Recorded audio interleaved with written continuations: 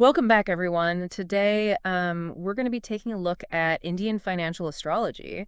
Uh-huh. And honestly, it's a topic I don't know much about. Right. You sent over some excerpts from a book called Indian Fixed Stars and Time Cycles, Unique and Practical Tools for Market Forecasting Yeah. by Barry William Rosen. And it's so interesting to me that these ancient concepts, planetary cycles and fixed stars, Right. could actually be applied to modern markets. Yeah, I think it really challenges, our typical Western perspective on market analysis. Totally. And it's like we're looking at the same information, through a completely different lens. Yeah. So the book kind of jumps right in and talks about the difference between the Western and Indian zodiacs. Hmm. And I got to say, I'm already a little lost. Well, so you can kind of think of it as like two maps, of the same terrain. Okay. But one of the maps is slightly skewed. Okay. So the Western zodiac is what we call tropical. So Yeah. it's aligned with the seasons, while the Indian zodiac is sidereal. So it's fixed on the stars. Okay. And this ends up creating about a 23-degree shift Wow. in the positions of the signs. So my sun sign could be different depending on which zodiac we're using. Exactly. And that difference is really important because it impacts how astrologers interpret planetary positions Whoa. and influences. And Rosen, who's a financial astrologer and also a certified trading advisor, Wow. argues that the Indian system is actually more precise, Yeah. especially when it comes to market predictions. Interesting. He says he's seen much better results using the sidereal zodiac. So does someone use their sidereal chart instead of their tropical chart? Okay. Or are they used for different things? That's a really great question. Yeah. A lot of astrologers actually use both, Okay. finding value in each, for different purposes. Right. But in financial astrology, the sidereal zodiac is often preferred Okay. because of how it aligns with the actual positions of the stars. Okay. I'm starting to see how this can get complicated. Yeah. The book also talks about planetary aspects, but it Mhm. seems like the Indian system has a different perspective on this too. Oh, absolutely. So in Western astrology, we often think of squares and oppositions as being bad aspects, Right. and trines and sextiles as being good aspects. Yeah.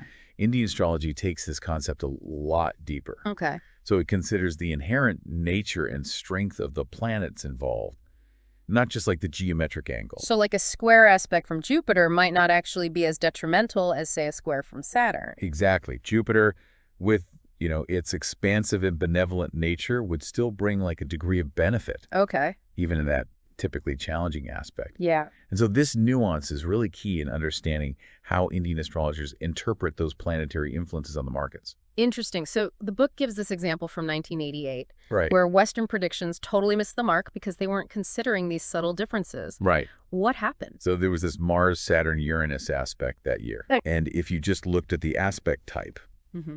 it would be interpreted negatively. Mm-hmm. But the Indian system also considered the specific planets that were involved and their individual strengths and the signs that they occupied. Oh, wow. And so that added layer of analysis, provided a much more accurate prediction. So it's relying solely on Western methods could give you an incomplete picture. So Yeah. do the two systems ever agree? It's not about one being right and one being wrong. Right. It's really just about understanding the strengths and limitations of each. Yeah. And I think, integrating both perspectives can lead to a more well-rounded analysis. Okay, that makes sense.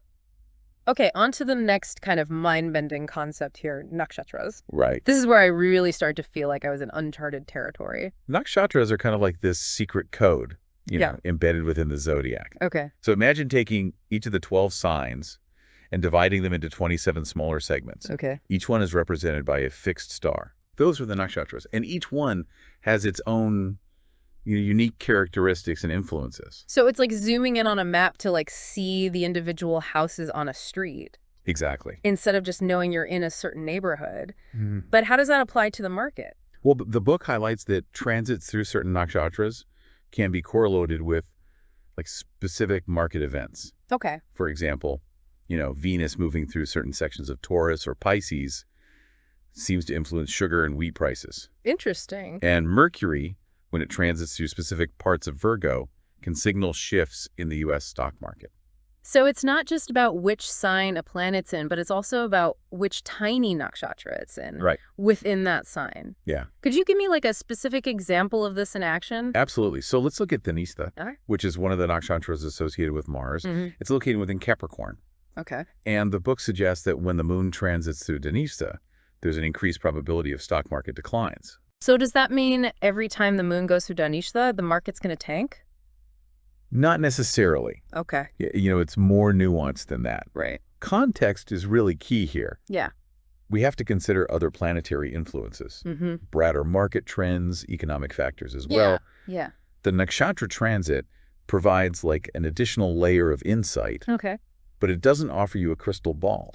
So if I saw that the moon was about to enter Dhanishta, I wouldn't run for the hills and sell my stocks. Right. But I might proceed with a little more caution. Exactly. It's a signal to pay closer attention, Yeah. to manage your risk carefully, Okay. and maybe avoid making any major bullish bets during that time period. So it sounds like kind of a balancing act, blending these astrological insights with like more traditional market analysis. Yeah. It's all starting to feel a bit like a cosmic puzzle. It is.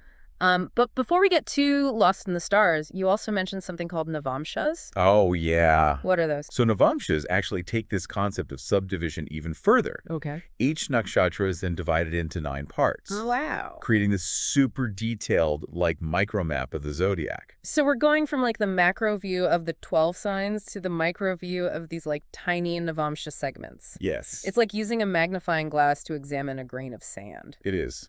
But how do these even tinier divisions play into market analysis? So think of it this way. Mm-hmm. If a planet is transiting a particular nakshatra, its influence will be kind of further colored by the specific navamsha. Right. It's occupying within that nakshatra. Okay. It's like fine-tuning the interpretation even more. Okay. And some astrologers believe that specific planetary placements in certain navamshas can correlate with like price fluctuations. Wow. In particular commodities. Oh, wow. Or even like specific stocks. So it's about understanding the like nuances of these planetary positions within these like intricate subdivisions of the zodiac. Yes. It sounds so complex. It is complex. Yeah. But even just grasping the basic concepts, I think, can offer really valuable insights. It's about recognizing that there might be more to market movements than what meets the eye. Yeah. That there are like these unseen forces at play. Right. That we can tap into with this ancient wisdom. It's definitely making me rethink my approach to market analysis. Good. So we've got the Indian zodiac, we've got these nakshatras, now we've got navamshas. Yes. What else does this system have to offer? Was one more major concept to explore, and it's a big one. Okay. Planetary periods, which are called dashas. Okay, now you've got my attention. Right. I'm ready to delve deeper into these dashas. Okay. But first, I think we need to take a quick break, and we'll come back refreshed and ready for part 2 of our Indian financial astrology deep dive. Sounds good. Okay, so we're back and ready to tackle these planetary periods, the dashas. Yes. From what I've gathered, it's like having different chapters in your life that are ruled by different planets. Yeah, that's a really good analogy. So each dasha represents a specific period of time that's influenced by a particular planet, and it lasts for a predetermined amount of time. Okay. The system that's highlighted in this book is called Vimsatari Dasha, Okay. and it outlines a 120-year cycle of these periods. 120 years, that's longer than most human lifespans. Exactly. It's like this grand cosmic cycle. Wow. But within that cycle, each person will experience their own unique sequence of dashas Okay. based on their birth chart. Okay. Some might last for a few years. Others could extend for, a couple of decades. Oh, wow. For example, a sun dasha lasts for 6 years, Okay. but a Venus dasha lasts for 20 years. So if I'm understanding this correctly, each dasha is like a phase of a person's life. Yeah, That's going to be colored by the energy of that ruling planet. exactly. But how does this relate to financial astrology? Well, you can think of each dasha as setting the stage for a certain theme Okay. in your financial life. So, for example, a Jupiter dasha often brings opportunities for expansion, growth, abundance. Oh. It could be a really favorable time for investments, Oh, wow. new ventures, or even, receiving unexpected financial gains. So it's like having a tailwind pushing you forward. Exactly. Okay, so what about a dasha that's ruled by a planet like Saturn? Mm. Isn't Saturn associated with limitations and challenges? Saturn can bring its share of trials. It's true. Yeah. A Saturn dasha might be a time of like financial restructuring, consolidation, or even having to face some difficult economic realities. Right. It's often a period where hard work and discipline are really required Okay. to achieve stability. So it sounds like a Saturn dasha might be a time to like buckle down, focus on saving, Yes. and avoid taking unnecessary risks. Exactly. It's not necessarily all doom and gloom, Right. but it's definitely a period that calls for like a more conservative approach, Yeah. a focus on really building that solid foundation. So knowing which dasha you're in can help you kind of tailor your financial strategy to that prevailing energy. Absolutely. It's like knowing the weather forecast before planning a trip. Yeah. You wouldn't go on like a hiking adventure during a hurricane. Right. Similarly, understanding like the astrological weather through the dashas Yeah. can help you make better financial decisions. Okay, so these dashas kind of provide valuable context for the long-term financial landscape, Right. but how do we use them to understand like the shorter-term market movements? Well, that's where this idea of subperiods comes in, Okay. or anterdashas. Oh, gosh, yes. Each major dasha is divided into these smaller periods that are ruled by different planets, Okay. creating this kind of multi-layered tapestry of influences. So it's like chapters within chapters. Yep, exactly. Each level reveals a more detailed view of the timeline. Exactly. And by analyzing those subperiods within a larger dasha, we can gain insights into, the potential ups and downs in the market, specific opportunities that might arise, even potential challenges to look out for. The book mentions a specific combination Venus-Rahu Yeah. that is often correlated with market declines. Yes. Rahu is one of those like shadowy planets in Vedic astrology. Yes, Rahu and Ketu are considered like shadow planets Okay. or lunar nodes. Okay. So they don't have a physical form, but they represent like points of intersection between the sun and the moon's paths. Okay. And in financial astrology, Rahu is often associated with disruptions, Okay. sudden changes, and like speculative bubbles. So a Venus-Rahu antardasha Yeah. within a larger dasha could signal a period of volatility or even a potential market correction. It's definitely a combination to watch out for. Okay. And actually, the book points out that this Venus-Rahu influence was present during the market downturns in 1929 and 1987. Wow, so that's a pretty strong correlation. It is. But I guess you would need to know like the specific dashas that were in place during those years to really understand the full picture. Absolutely, context is everything. Right. Just one planetary combination doesn't guarantee a certain outcome. Right. You need to consider, the overall dasha landscape, Mm-hmm. any other transits, Yeah. and broader market indicators to really make an accurate assessment. So it's like having a multi-dimensional map, Yes. and you need to look at all the layers to really navigate effectively. That's a great way to put it. It's Yeah. about integrating different perspectives, blending, this ancient wisdom Right. with modern analysis techniques to get a more holistic understanding. It's all starting to click for me now. Right. So we've got these long-term dasas that are setting the overarching theme. The sub-periods are adding like more nuance. Yes. And then the transits through the nakshatras are providing even more like a granular view of like Right. specific periods. Exactly. Okay. It's a fascinating system It is. that really encourages us to look beyond the surface Yeah. and delve deeper into those intricate rhythms of the market. This is all incredibly fascinating. It is. But I have to ask, how do we actually calculate these dashas and sub-periods? Right. It seems like you need to have like a degree in astrology to do all this. Calculating dashas accurately does require a precise birth time Okay. and a good understanding of Vedic astrology principles. There are software programs Oh, okay. and experienced astrologers out there who can help with this process.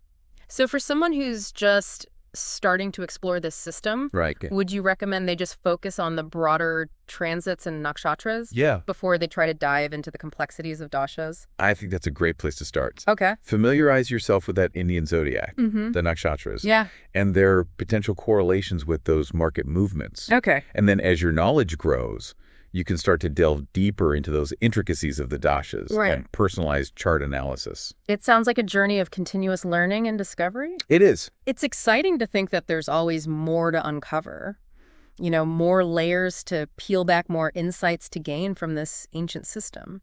Absolutely. And the beauty of it is that it doesn't invalidate other forms of market analysis. Right. It just complements them. Yeah. It offers a unique perspective that can enhance our understanding and potentially improve our decision-making.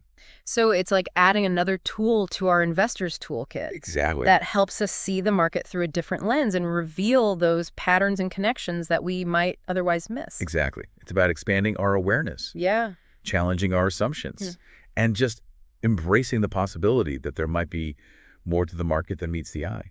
This has been a truly eye-opening exploration Good, I'm glad. of Indian financial astrology. Hmm. We've covered a lot of ground, Yes, we have. but I feel like we've only scratched the surface. I think we have, and in our final segment, Okay. we're going to explore how these principles can actually be applied by individual investors and traders to enhance their financial journeys.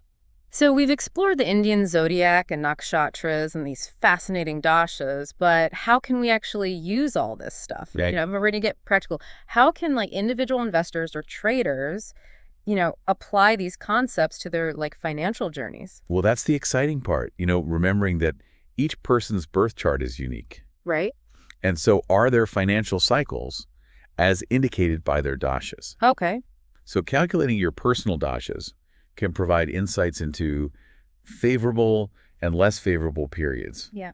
For financial endeavors. So it's like having a personalized financial forecast. Yeah, based on your birth chart. Right. Think of it as like a roadmap. Okay. It highlights, potential opportunities and challenges based on those planetary influences Okay. that are at play during different periods of your life. So let's say you're entering a Venus dasha. Okay. This is generally a favorable time for financial growth, especially if Venus is well placed in your chart. Mm-hmm. It could be a good time for investments, increasing income, or even experiencing unexpected windfalls. Yeah, definitely. That sounds pretty promising. Yeah. What if you're heading into a dasha that's ruled by a planet like Saturn? Mm-hmm. That doesn't sound as exciting. Well, a Saturn dasha might present, a different set of circumstances. Right. It often calls for a more conservative approach, Yeah, okay. focusing on consolidating your resources, managing debt, building a really solid financial foundation. Right. It might not be the most glamorous phase, Right. but it's a time for building resilience and preparing for future growth. So it's not about trying to avoid those challenging periods. Right.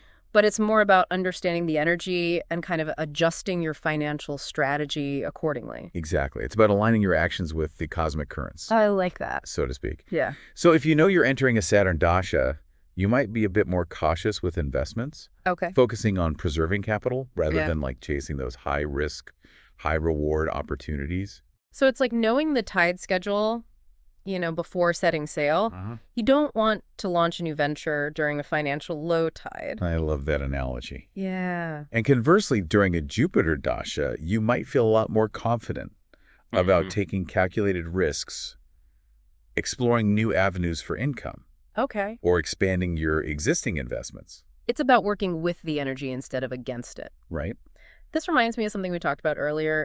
The nakshatras, how can those be applied to individual financial decisions? Well, nakshatra transits can provide a more granular view, Okay. highlighting specific periods within a larger dasha. Okay. That might be particularly favorable or challenging, for certain financial activities. Okay. So let's say you're considering a major investment. Right. You might look at the upcoming nakshatra transits to see if there are any periods that align well with, the energy of growth and abundance. So instead of just looking at the broader market trends, you're also tuning into these subtle astrological influences to fine-tune your timing. Exactly. It's like having this extra layer of insight, Yeah. like a cosmic compass, Right. guiding your financial decisions. It's empowering to think that, we can tap into this ancient wisdom to potentially navigate our financial journeys with more awareness and make decisions that are more aligned with our individual circumstances. Absolutely. And it's not just about timing. Okay. Understanding your birth chart through the lens of Indian astrology Right. can also reveal your strengths and weaknesses Okay. as an investor or a trader. Oh, that's interesting. So it's a cosmic personality assessment Right. for your financial self. In a way, yes. Yeah. For example, for your chart highlights Mercury's influence, you might be naturally drawn to short-term trading, Okay. gathering information, analyzing market data. While someone with a strong Jupiter influence might be more comfortable with long-term investments. Yeah. Taking a broader perspective and trusting in that power of compound growth over time. Exactly. It's about recognizing those natural inclinations and aligning your financial strategies accordingly. This has been an incredible deep dive. It has. I'm starting to see the market and my own financial journey in a whole new light. Good. I'm glad to hear that. But I have to ask, where do we go from here? What would you recommend for someone who's ready to delve deeper into this world of Indian financial astrology? Well, I always suggest starting with the basics. Yep, okay. Familiarize yourself with the Indian zodiac, the nakshatras, the concept of dashas. Right. There are a lot of great books, online resources, even courses available Okay. to guide you. It sounds like a journey of continuous learning. It is. Constantly expanding your understanding of this system. Right. And remember, this isn't about finding a magic formula Right. or predicting the future with absolute certainty. Right. It's really about expanding your perspective, Mm-hmm. incorporating this ancient wisdom into your modern financial toolkit. It's about becoming more aware of the interconnectedness of time and the cosmos Yeah. and our own financial journeys. Beautifully put. Yeah. And who knows what insights and opportunities await those who are willing to kind of embark on this fascinating exploration. Well, we've certainly covered a lot of ground today, from the difference between the Western and Indian zodiacs to those intricate nakshatras Yeah. to the kind of mind-boggling concept of dashas. Yeah. It's been quite a journey. It has been a journey. Well, thank you so much for joining us on this exploration of Indian financial astrology. It's been a pleasure. Until next time, keep exploring, keep learning, and keep seeking those hidden gems of wisdom. Absolutely.